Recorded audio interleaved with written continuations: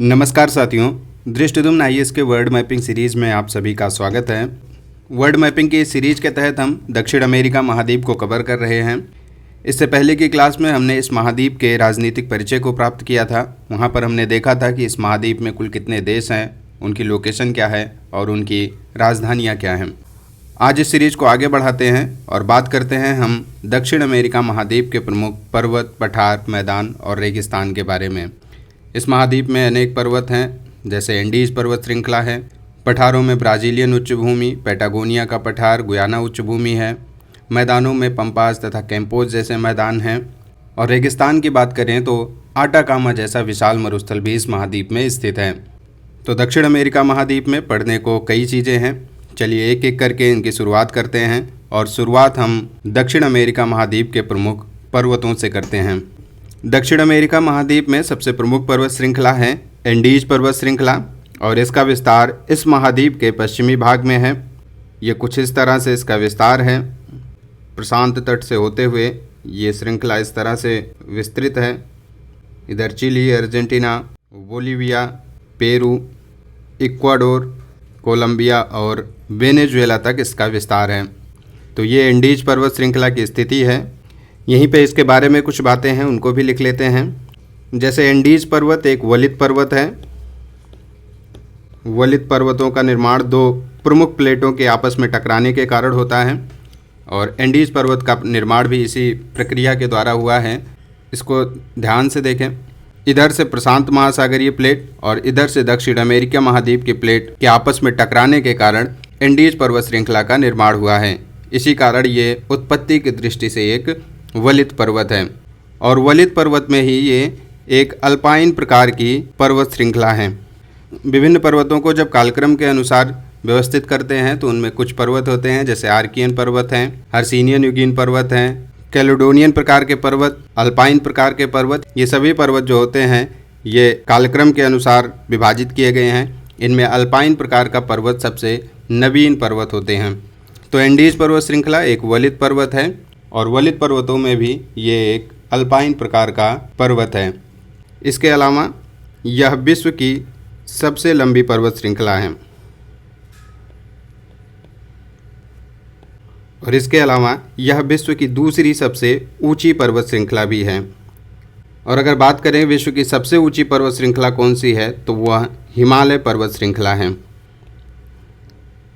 तो एंडीज पर्वत श्रृंखला ये विश्व की सबसे लंबी पर्वत श्रृंखला है और यह दुनिया की दूसरी सबसे ऊंची पर्वत श्रृंखला भी है हिमालय पर्वत श्रृंखला के बाद। इसके विस्तार को देखें तो इसका विस्तार कुल 7 देशों में है। ये 7 देश कौन कौन से हैं, इनके नाम भी इम्पोर्टेंट हैं। इनके नाम में सबसे पहले है वेनेजुएला, इसके बाद कोलंबिया, कोलंबिया के बाद इक्वाडोर, इक्वाडोर के बाद पेरू, फिर बोलिविया, इसके बाद चिली और फिर अर्जेंटीना। ये 7 देश हैं जहाँ पे एंडीज पर्वत श्रृंखला का विस्तार है। Venezuela, Colombia, Ecuador, Peru, Bolivia, Chile और अर्जेंटीना। इनकी लोकेशन मैप पे देखें। ये वेनेजुएला है, इसके बाद कोलंबिया, ये इक्वाडोर, पेरू, बोलिविया, चिली और अर्जेंटीना। ये 7 देश हैं जहाँ पे एंडीज पर्वत श्रृंखला का विस्तार है। अगर ध्यान से देखें तो ये बोलिविया है और बोलिविया में ही एंडीज पर्वत श्रृंखला की चौड़ाई सर्वाधिक है। और अगर सर्वाधिक लंबाई की बात करें तो एंडीज पर्वत श्रृंखला की सर्वाधिक लंबाई चिली देश में है। अब इस पर्वत श्रृंखला की कुछ प्रमुख चोटियों को देखें। इस पर्वत श्रृंखला में कुल 4 प्रमुख चोटियाँ हैं, जिसमें एक का नाम है कोटापैक्सी। इनके नाम याद रखने हैं, ये परीक्षा के दृष्टिकोण से मोस्ट इम्पॉर्टेंट हैं और कोटापैक्सी की स्थिति इक्वाडोर में है। इसके बाद इक्वाडोर में ही एक और पर्वत चोटी है, इसका नाम है चिम्बोरेजो। तो चिम्बोरेजो और कोटापैक्सी ये दोनों इक्वाडोर में स्थित हैं। इसके बाद है ओजोस डेल सलादो, ये चिली और अर्जेंटीना की सीमा पर स्थित है। इसके बाद चौथी प्रमुख चोटी अकांकागुआ है और अकांकागुआ अर्जेंटीना में स्थित है। तो ये 4 प्रमुख चोटियाँ कोटापैक्सी, चिम्बोरेजो, ओजोस डेल सलादो और अकांकागुआ। इनको मैप पे देखें तो ये इक्वाडोर की लोकेशन है और यहीं पे कोटापैक्सी और चिम्बोरेजो जैसी पर्वत चोटियाँ स्थित हैं। इनमें उत्तर में यहाँ पे चिम्बोरेजो है, उत्तर में कोटापैक्सी है और इसके दक्षिण में चिम्बोरेजो है। इसमें से कोटापैक्सी ये दुनिया की सबसे ऊंची सक्रिय ज्वालामुखी चोटी है, इसको भी याद रखिएगा। और चिम्बोरेजो की बात करें तो ये इक्वाडोर की सबसे ऊंची चोटी है। तो इन दोनों चोटियों की अपनी अपनी विशेषता है। कोटापैक्सी विश्व की सबसे ऊंची सक्रिय ज्वालामुखी चोटी है और चिम्बोरेजो की बात करें तो ये इक्वाडोर की सबसे ऊंची पर्वत चोटी है। इसके बाद दक्षिण में आए तो यहाँ पे चिली और अर्जेंटीना की सीमा पर एक चोटी स्थित है जिसका नाम है ओजोस डेल सलादो और ये ओजोस डेल सलादो विश्व की सबसे ऊंची ज्वालामुखी चोटी है। तो यह विश्व की सबसे ऊंची ज्वालामुखी चोटी है। यहाँ पे ध्यान दीजिएगा कि ओजोस डेल सलादो जो है वो विश्व की सबसे ऊंची ज्वालामुखी चोटी है और जो कोटापैक्सी हमने पढ़ा था ये विश्व की सबसे ऊंची सक्रिय ज्वालामुखी चोटी है। तो इन दोनों में कंफ्यूज नहीं होना है। कोटापैक्सी विश्व की सबसे ऊंची सक्रिय ज्वालामुखी चोटी है और ओजोस डेल सलादो विश्व की सबसे ऊंची ज्वालामुखी चोटी है। इसके दक्षिण में ही अकांकागुआ स्थित है अर्जेंटीना में। यह अकांकागुआ की लोकेशन है और अकांकागुआ इस महाद्वीप की सबसे ऊंची चोटी है। तो ये साउथ अमेरिका महाद्वीप की सबसे ऊंची चोटी है। ये पर्वत चोटी मोस्ट इम्पॉर्टेंट है। अकांकागुआ ये दक्षिण अमेरिका महाद्वीप की सबसे ऊंची चोटी है। तो ये थी दक्षिण अमेरिका महाद्वीप की एंडीज पर्वत श्रृंखला और उसमें स्थित प्रमुख चोटियाँ, जिसमें कोटापैक्सी विश्व की सबसे ऊंची सक्रिय ज्वालामुखी चोटी है, चिम्बोरेजो इक्वाडोर की सबसे ऊंची पर्वत चोटी है, ओजोस डेल सलादो विश्व की सबसे ऊंची ज्वालामुखी चोटी है और अंत में अकांकागुआ ये दक्षिण अमेरिका महाद्वीप की सबसे ऊंची चोटी है। इनकी लोकेशन भी आपको याद रखना है। उत्तर से दक्षिण का क्रम या फिर दक्षिण से उत्तर का क्रम भी याद रखना है। उत्तर से दक्षिण की ओर बढ़ेंगे तो कोटापैक्सी, फिर चिम्बोरेजो, फिर ओजोस डेल सलादो और अंत में अकांकागुआ स्थित है। इस महाद्वीप में कुछ और भी छोटे छोटे पर्वत हैं, उनकी केवल लोकेशन याद करना है। अगर विस्तार में पढ़ना है तो केवल एंडीज पर्वत श्रृंखला को विस्तार में पढ़ना है और इसके अलावा जितने भी पर्वत श्रृंखलाएँ हैं उनके केवल आपको नाम और लोकेशन को याद रखना है। इतने से ही काम हो जाएगा। तो एंडीज पर्वत श्रृंखला जो इस महाद्वीप की सबसे प्रमुख पर्वत श्रृंखला थी, इसको हमने कवर कर लिया। अब हम केवल दक्षिण अमेरिका महाद्वीप के छोटे छोटे पर्वतों को उनकी स्थिति के साथ देखेंगे। उत्तर में शुरू करें वेनेजुएला से, तो ये वेनेजुएला की स्थिति है और वेनेजुएला में एक पर्वत श्रृंखला है कार्डिलेरा डी मर्डिया। ये इसकी लोकेशन है वेनेजुएला में। इसका नाम भी यहीं लिख लेते हैं, कार्डिलेरा डी मर्डिया, और ये वेनेजुएला में स्थित है। और यहीं पे वेनेजुएला और ब्राज़ील के मध्य एक पर्वत श्रृंखला है सियरा पैकारेमा। तो ये सियरा पैकारेमा की स्थिति है। तो वेनेजुएला में 2 पर्वत श्रृंखलाएं, एक कार्डिलेरा डी मर्डिया और दूसरा सियरा पैकारेमा, जिसका विस्तार वेनेजुएला के साथ साथ ब्राज़ील में भी है। इसके बाद इधर कोलंबिया स्थित है और कोलंबिया में 2 पर्वत श्रृंखलाएँ हैं, एक है कॉर्डिलेरा ऑक्सीडेंटल और दूसरा इसी के बगल में कार्डिलेरा ओरिएंटल पर्वत श्रृंखला स्थित है। तो कार्डिलेरा ऑक्सीडेंटल और कार्डिलेरा ओरिएंटल ये दोनों कोलंबिया देश में स्थित हैं, जबकि कार्डिलेरा डी मर्डिया और सियरा पैकारेमा वेनेजुएला में स्थित हैं, जिसमें सियरा पैकारेमा वेनेजुएला के साथ साथ ब्राज़ील में भी विस्तृत है। इसके बाद इधर ब्राज़ील में आए तो कुछ पर्वत श्रृंखलाएँ हैं। इधर ब्राज़ील के दक्षिण पूर्व में एक पर्वत श्रृंखला स्थित है कुछ इस तरह से, और इसका नाम है सियरा डी मार। ये पर्वत श्रृंखला ब्राज़ील में स्थित है और दक्षिण पूर्व ब्राज़ील में स्थित है। इसके उत्तर में ही थोड़ी दूर पे कुछ इस तरह से एक पर्वत श्रृंखला है, इसका नाम है सियरा मांटिक्यूरा। तो ये सियरा मांटिक्यूरा की लोकेशन है और यह भी ब्राज़ील में स्थित है और ब्राज़ील के पूर्वी हिस्से में स्थित है। इसके बाद थोड़ी ही दूरी पे यहाँ पे एक छोटी सी पर्वत श्रृंखला स्थित है, और इसका नाम है सिएरा डी मारियाजो। तो सिएरा डी मारियाजो ये भी ब्राज़ील में स्थित है। सिएरा डी मारियाजो के उत्तर में ही एक पर्वत श्रृंखला है, गोयास पर्वत श्रृंखला। ये यहाँ पे गोयास पर्वत स्थित है और गोयास पर्वत के बगल में ही इधर पश्चिम में एक पर्वत श्रृंखला है जिसका नाम है पैरेसिस पर्वत। इन सब के केवल नाम याद रखने हैं और किस देश में स्थित है उनको याद रखना है। अगर प्रश्न कभी पूछा जाएगा इतने से ही काम हो जाएगा। तो पैरोसिस और गोयास ये मध्य ब्राज़ील में स्थित हैं। ब्राज़ील के उत्तर में एक पर्वत श्रृंखला है यहाँ पर कुछ इस तरह से, और इसका नाम है सिएरा तुमकुमैकू। इसके बाद एक छोटी सी पर्वत श्रृंखला दक्षिणी भाग में, ब्राज़ील के दक्षिणी भाग में स्थित है जिसका नाम है सिएरा डी कार्डोबा। तो ये दक्षिण अमेरिका महाद्वीप के कुछ प्रमुख पर्वत थे जिसमें से हमने सबसे पहले एंडीज पर्वत श्रृंखला को कवर किया। इसके बाद कुछ छोटे छोटे पर्वत जैसे कॉर्डिलेरा ऑक्सीडेंटल, कॉर्डिलेरा ओरिएंटल ये कोलंबिया में स्थित है, कॉर्डिलेरा डी मर्डिया ये वेनेजुएला में स्थित है, सिएरा पैकारेमा ये ब्राज़ील और वेनेजुएला दोनों में स्थित है। इसके अलावा ब्राज़ील में कुछ पर्वत श्रृंखलाएँ हैं जैसे सिएरा तुमकुमैकू, पैरोसिस, गोयास, सिएरा डी मारियाजो, Sierra de Cordoba, Sierra de Mar और सिएरा डी मांटिक्यूरा। ये छोटे छोटे पर्वत हैं जिनके नाम आपको ध्यान में रखने हैं। ये दक्षिण अमेरिका महाद्वीप के प्रमुख पर्वत थे। अब इसके बाद हम कवर करते हैं दक्षिण अमेरिका महाद्वीप के प्रमुख पठारों को। इस महाद्वीप के प्रमुख पठारों में सबसे उत्तर में स्थित है गुयाना उच्च भूमि, और गुयाना उच्च भूमि का विस्तार इधर वेनेजुएला से होते हुए सूरीनाम, गुयाना और फ्रेंच गुयाना तथा ब्राज़ील में है। तो ये गुयाना उच्च भूमि है और इसका विस्तार Venezuela, Guyana, Suriname, French Guiana और ब्राज़ील में है। ये वेनेजुएला है, ये गुयाना है, इसके बाद सूरीनाम और ये फ्रेंच गुयाना और इसके दक्षिण में इधर ब्राज़ील स्थित है। और यहाँ पर जो उच्च भूमि पाई जाती है उसको गुयाना उच्च भूमि के नाम से जाना जाता है। इसी वेनेजुएला में एक नदी है जिसका नाम है कैरोनी नदी, और इसी नदी पर एक जलप्रपात स्थित है जिसका नाम है एंजल जलप्रपात, और ये एंजल जलप्रपात इसी गुयाना उच्च भूमि में स्थित है।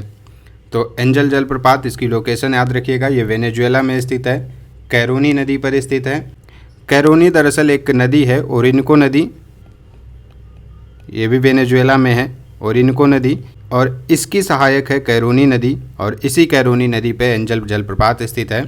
और ये एंजल जलप्रपात विश्व का सबसे ऊंचाई पर स्थित जलप्रपात है। तो ये इम्पोर्टेंट है। एंजल जलप्रपात ओरिनको की सहायक नदी कैरोनी पर स्थित है, वेनेजुएला में स्थित है और यह गुयाना उच्च भूमि के अंतर्गत आता है। इसके बाद इस महाद्वीप में ब्राज़ील में देखें तो एक पठार स्थित है। ब्राज़ील के एकदम पूर्वी हिस्से में यहाँ पे एक पठार स्थित है और इस पठार का नाम है बारबोरेमा का पठार। यह पठार ब्राज़ील में स्थित है।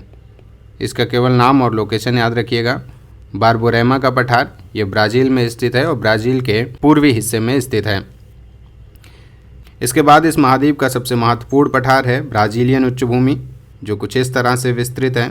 ब्राज़ील के पूर्वी भाग में ये ब्राज़ीलियन उच्च भूमि की लोकेशन है।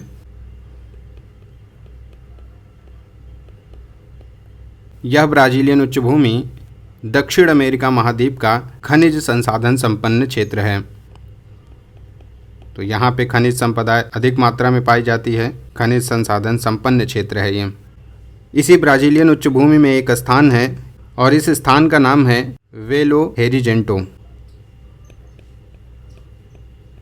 जब आप एटलस देखेंगे तो वहाँ पे इसका नाम मिलेगा आपको। और इसी शहर के पास एक स्थान स्थित है जिसका नाम है इटाविरा। ये मैप पर आपको नहीं दिखेगा, इसीलिए वेलो हेरिजेंटो को देखेंगे तो उसी के पास इसका भी नाम लिख लीजिएगा, इटाविरा। और यह दुनिया में लौह अयस्क के लिए प्रसिद्ध है। तो वेलो हेरिजेंटो इसके पास इटाविरा स्थित है जो कि लौह अयस्क हेतु प्रसिद्ध है और यह ब्राज़ीलियन उच्च भूमि के अंतर्गत आता है। ब्राज़ीलियन उच्च भूमि से ही कुछ नदियाँ निकलती हैं, जैसे एक नदी है पराना, एक है उरुग्वे, साओ फ्रांसिस्को और टोकेंटिस नदी। ये चार नदियां हैं जिनका उद्गम ब्राज़ीलियन उच्च भूमि से होता है। पराना, उरुग्वे, साओ फ्रांसिस्को और टोकेंटिस। इसमें से साओ फ्रांसिस्को और टोकेंटिस उत्तर की ओर प्रवाहित होती हैं और पराना तथा उरुग्वे नदियाँ ये दक्षिण की ओर प्रवाहित होती हैं। जब हम इस महाद्वीप के नदियों और झीलों की चर्चा कर रहे होंगे वहाँ पर हम पराना, उरुग्वे, साओ फ्रांसिस्को और टोकेंटिस नदियों को विस्तार से पढ़ेंगे। ब्राज़ीलियन उच्च भूमि की सबसे प्रमुख विशेषता है कि यह विश्व भर में कॉफ़ी उत्पादन के लिए प्रसिद्ध है।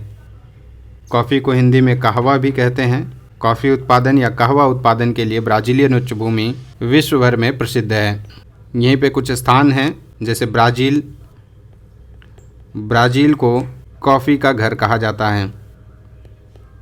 ब्राज़ीलियन उच्च भूमि जहाँ पे कॉफ़ी का उत्पादन होता है ये ब्राज़ील के अंतर्गत ही आता है, इसलिए ब्राज़ील भी विश्व में कॉफ़ी के उत्पादन के लिए प्रसिद्ध है। इसीलिए ब्राज़ील को कॉफ़ी का घर या कहवा का घर भी कहा जाता है।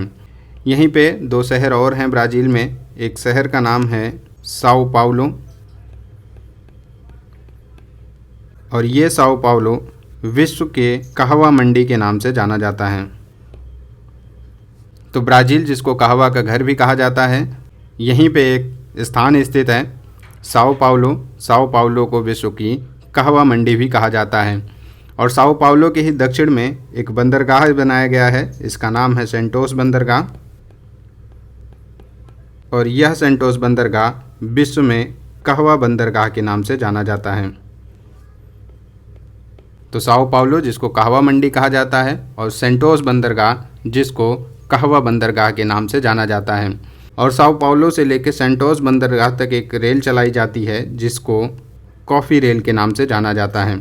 तो इसको भी याद रखिएगा, कॉफ़ी रेल ये साओ पाउलो से लेके सेंटोस बंदरगाह तक चलाया जाता है। तो कॉफ़ी रेल को भी याद रखिएगा, ये साओ पाउलो से लेके सेंटोस बंदरगाह तक चलाई जाती है। तो इस प्रकार से ब्राज़ीलियन उच्च भूमि ये अपने कहवा उत्पादन के लिए प्रसिद्ध है। यहीं पर ये भी लिख लीजिएगा कि ब्राज़ीलियन उच्च भूमि में जो कहवा के बागान हैं उनको फैजेंडा के नाम से भी जाना जाता है। तो कई शब्दावलियाँ यहाँ पे आई हैं, इनको एक बार फिर से रिपीट कर लेते हैं। ब्राज़ील जो कि अपने कॉफ़ी उत्पादन के लिए प्रसिद्ध है, इसको कॉफ़ी का घर या कहवा का घर भी कहा जाता है। ब्राज़ीलियन उच्च भूमि में कहवा बागानों को फैजेंडा के नाम से भी जाना जाता है। इसके अलावा ब्राज़ीलियन उच्च भूमि में ही साओ पाउलो स्थित है, जिसको विश्व की कहवा मंडी या कॉफ़ी मंडी कहा जाता है। जबकि साओ पाउलो के कॉफ़ी को निर्यात करने के लिए एक बंदरगाह निर्मित किया गया है, सेंटोस बंदरगाह, और इस बंदरगाह को कॉफ़ी या कहवा बंदरगाह के नाम से जाना जाता है। और अंत में साओ पाउलो से लेकर सेंटोस तक एक ट्रेन चलाई जाती है जिसमें कॉफ़ी का परिवहन किया जाता है, इसलिए इस ट्रेन को कॉफ़ी ट्रेन के नाम से जाना जाता है। तो ये सारी बातें ब्राज़ीलियन उच्च भूमि के बारे में थी, इनको आपको याद रखना है। इसके बाद यहीं ब्राज़ील और बोलीविया में एक पठार स्थित है। इस पठार का नाम है माटो ग्रासो का पठार। ये माटो ग्रासो का पठार है और यह पठार ब्राज़ील के साथ साथ बोलीविया में भी स्थित है। इसके अलावा बोलीविया में ही यही एंडीज पर्वत में एक पठार स्थित है जिसका नाम है बोलीविया का पठार। इस बोलीविया के पठार को अल्टीप्लेनो के नाम से भी जाना जाता है और यह पठार विश्व में टिन भंडार के लिए प्रसिद्ध है। ये परीक्षाओं में अक्सर पूछा जाता है कि बोलीविया का पठार किस खनिज संसाधन के भंडार हेतु प्रसिद्ध है, तो बोलीविया का पठार टिन के भंडार हेतु प्रसिद्ध है। और यहीं पे बात करें, बोलीविया का पठार साउथ अमेरिका महाद्वीप का सबसे ऊंचा पठार भी है।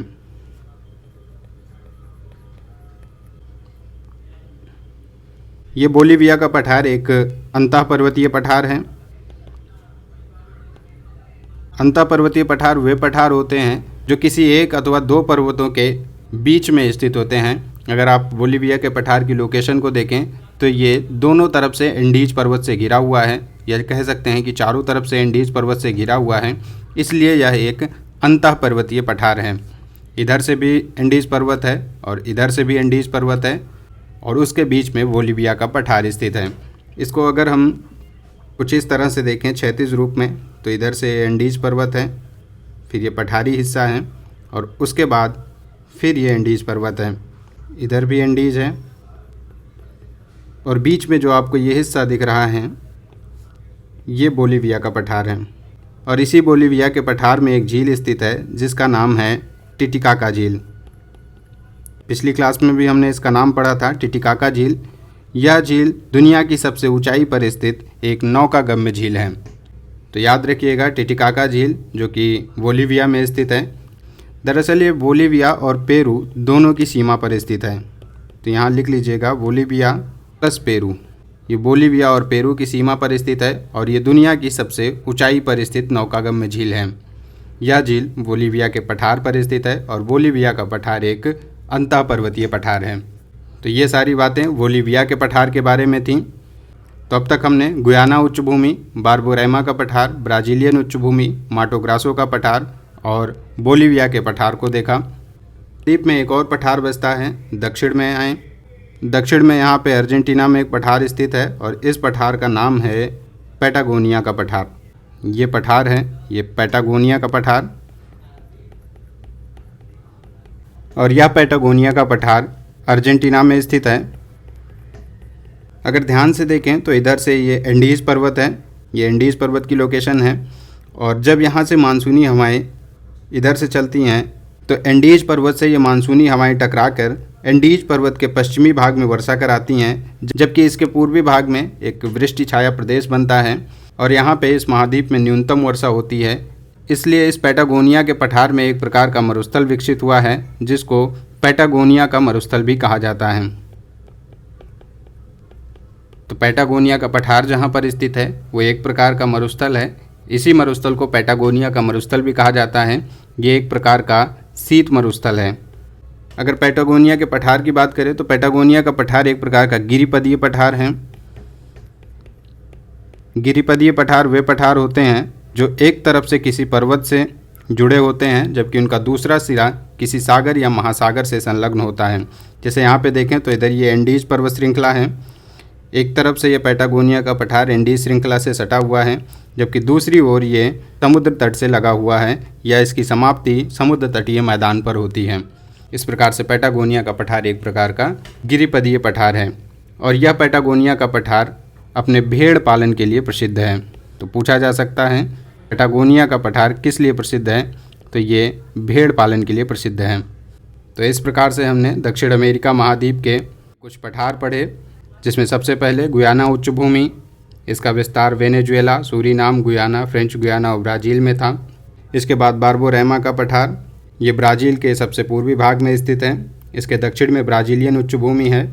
ब्राज़ीलियन उच्च भूमि के पश्चिम में माटो ग्रासो का पठार है जिसका विस्तार ब्राज़ील के साथ साथ बोलीविया में है। और बोलीविया में ही एक पठार है जिसका नाम है बोलीविया का पठार।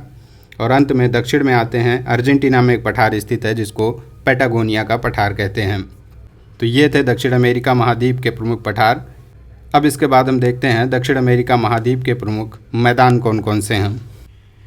इस महाद्वीप के प्रमुख मैदानों में एक मैदान है जिसका नाम है पंपाज का मैदान। और ये पंपाज का मैदान अर्जेंटीना में स्थित है। लेकिन पंपाज के मैदान को पढ़ने से पहले एक करेक्शन कर लीजिएगा कि यहाँ पर ये जो सिएरा डी कार्डोवा माउंटेन है ये ब्राज़ील में ना होकर ये अर्जेंटीना में स्थित है। तो इसको करेक्ट कर लीजिएगा, सिएरा डी कार्डोवा अर्जेंटीना में स्थित है। इसके अलावा पठारों की जब हम बात कर रहे थे तो वहाँ पे बोलीविया के पठार की चर्चा की थी। वहाँ पर हम बताना भूल गए थे कि बोलीविया का पठार का जो विस्तार है ये बोलीविया के साथ साथ पेरू में भी है। तो इन दोनों बातों को अपने नोट्स में करेक्ट कर लीजिएगा। बोलीविया का पठार ये बोलीविया के साथ साथ पेरू में भी स्थित है और सिएरा डी कार्डोवा जो पर्वत श्रृंखला है ये ब्राज़ील में ना होकर अर्जेंटीना में स्थित है। अब आइए पंपाज के मैदान को देखते हैं। यहीं पे सिएरा डी कार्डोवा के दक्षिण में अर्जेंटीना और उरुग्वे की सीमा पर यह मैदान स्थित है और इस मैदान का नाम है पंपाज। इस पंपाज के मैदान का विस्तार अर्जेंटीना के साथ साथ उरुग्वे में भी है और यह एक प्रकार का शीतोष्ण घास का मैदान है। पिछली क्लास में जब हमने पढ़ा था तो वहाँ पे देखा था हमने कि मकर रेखा इधर चिली से होते हुए अर्जेंटीना, पराग्वे और ब्राज़ील से होकर गुजरती है और इसके दक्षिण के भाग को शीतोष्ण कटिबंध के नाम से जाना जाता है। जो कि पंपाज ये शीतोष्ण कटिबंध में स्थित है, इसलिए यह एक शीतोष्ण घास का मैदान है। ये जो घास का मैदान है यहाँ पर एक घास पाई जाती है जिसका नाम है अल्फ़ा अल्फ़ा। तो ये अल्फ़ा अल्फ़ा घास ये इम्पोर्टेंट है, परीक्षाओं में पूछा जाता रहा है कि अल्फ़ा अल्फ़ा घास कहाँ पर पाई जाती है।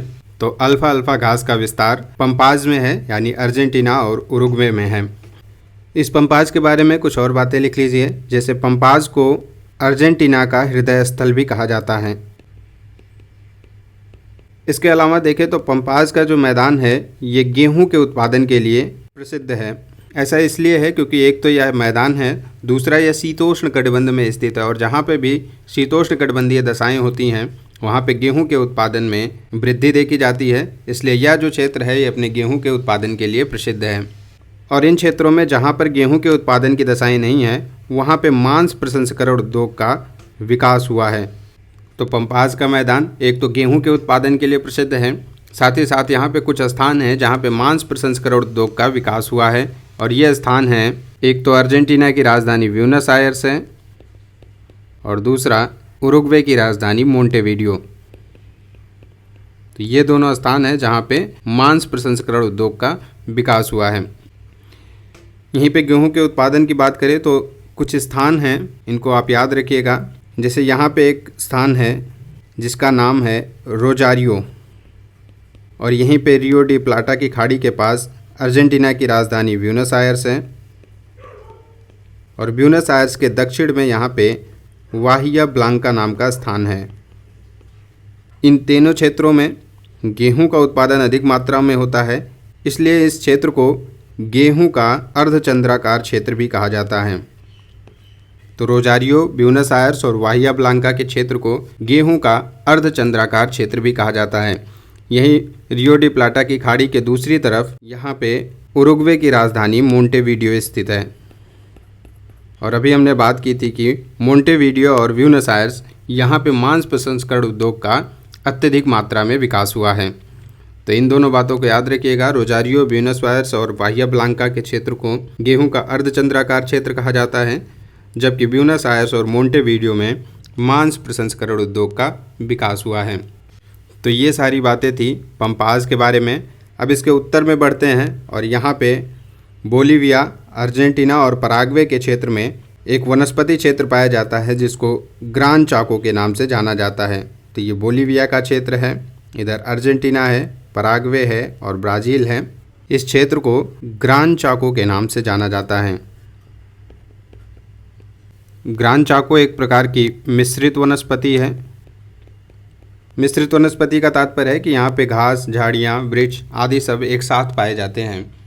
ग्रान चाको के बाद उत्तर में बढ़ें तो ब्राज़ील में उष्णकटिबंधीय घास के मैदान पाए जाते हैं, और ब्राज़ील के क्षेत्र में जो उष्णकटिबंधीय घास के मैदान पाए जाते हैं इनको कंपोज के नाम से जाना जाता है। ये जो क्षेत्र है यहाँ पे घास के मैदान पाए जाते हैं, और इन घास के मैदानों को ब्राज़ील में कंपोज कहा जाता है। तो कंपोज का विस्तार ये ब्राज़ील में है,